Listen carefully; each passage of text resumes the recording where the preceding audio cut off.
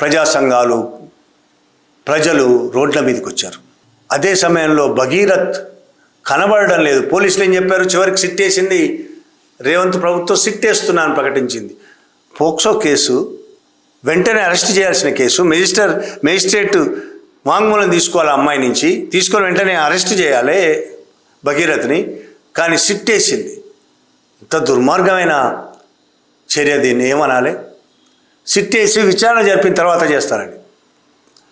దీన్ని బండి భగీరథ్ని రక్షించడానికి అనాలన్నా, నిజంగానే అరెస్ట్ చేయడానికి అనాలన్నా? సిట్ వేసిన తర్వాత పోలీసులు ప్రకటించారు బండి భగీరథ్ పరారీలో ఉన్నాడని. ఆశ్చర్యంగా ఉంటుంది. కేంద్ర హోంశాఖ సహాయ మంత్రి కొడుకు పరారీలో ఉన్నాడు.